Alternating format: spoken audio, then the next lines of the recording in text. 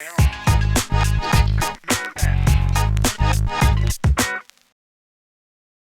ai déjà eu, mais c'est assez rare quand même. Et je me rappelle très bien d'avoir un énorme trou de mémoire et de dire à mes régisseurs, mais les gars, aidez-moi, c'est quoi le texte? Et je vois juste mes régisseurs avec une canette, comme ça, me faire, on sait pas. Voilà. Mais c'est pas arrivé trop de fois, on était quand même assez sages. Puis un soir, j'avais un gros trou de mémoire. Alors, c'est marrant parce que quand t'as un trou de mémoire, en fait, tu cherches, puis en même temps, tu dis des trucs, donc t'as son cerveau qui se sépare en deux. Et donc après, ce gros trou de mémoire que j'avais eu, le lendemain, j'avais embrassé le texte et je lui avais dit, me lâche pas. Et il m'a pas lâché. Du coup, c'est devenu un réflexe. Je me suis créé moi-même une espèce de truc à la con. Et depuis, je n'ai plus de trou de mémoire. Donc c'est peut-être que ça marche. Au début, c'est terrifiant. Et puis à un moment, quand on a un peu plus d'expérience, c'est rigolo. Parce que les gens, en fait, on peut jouer avec ça aussi. J'ai jamais... Attends, mais ça, il faut que je touche du bois, frère, t'es un ouf, toi. C'est du vrai bois, cette table? En fait, je me disais, le truc de trou noir, il marche bien parce que c'est vraiment visuellement ce que tu ressens, quoi. C'est genre tout à coup, t'es aspiré par le vide et... J'en ai particulièrement eu enceinte, en fait. À un moment, j'étais un peu genre spécialiste du trou de mémoire. Donc, notamment quand j'ai repris mon spectacle après les 10 mois de première pandémie. Et je crois que j'ai dû avoir 14 trous. Donc, j'étais carrément avec mon texte sur scène. Et les gens plutôt assistaient à un spectacle sur un mec qui a oublié son texte, en fait.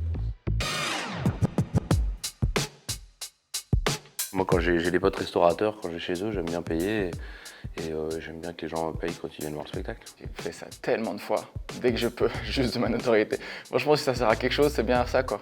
Oui et non, enfin on fait tout ça quand tu connais, je sais pas, là je suis allé voir Michael Gregorio, j'ai envoyé un message à Mika et je lui ai dit est-ce que je peux venir te voir, il m'a mis 2 places. Bon, je sais pas si ça s'appelle se servir de sa notoriété, on peut dire oui, oui, dans ce cas-là oui, on va dire oui. Oui, ça peut arriver d'avoir des gens qui sont un tout petit peu intenses. J'ai eu quelques fans compliqués, notamment une il n'y a pas longtemps qui était compliquée, qu'on avait basculé dans le harcèlement. Mais bon, on arrive toujours à calmer les choses. J'ai déjà eu une super fan. Je sais pas si c'est une fan, parce que pour moi, c'est plus flippant qu'autre chose.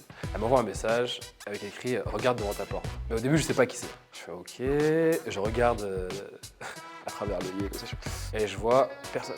Donc c'est encore plus flippant, tu te dis, il y a un mec ou une fille qui tu regardes devant ta porte à 3h du matin et il n'y a personne. J'ouvre la porte et devant ma porte, il y avait un grand sac avec plein de cadeaux dedans et un petit mot pour moi, écrit voilà, c'est pour toi. C'est trop bizarre. J'ai fait un sketch sur les rugbyman avec des phrases et tout, et il y a plein de mecs qui m'ont envoyé les phrases tatouées, qui se sont fait, c'est rigolo, c'est des copains, machin. Voilà, donc maintenant il y a des mecs qui se font tatouer les phrases, je trouve ça assez débile et ça me fait plaisir.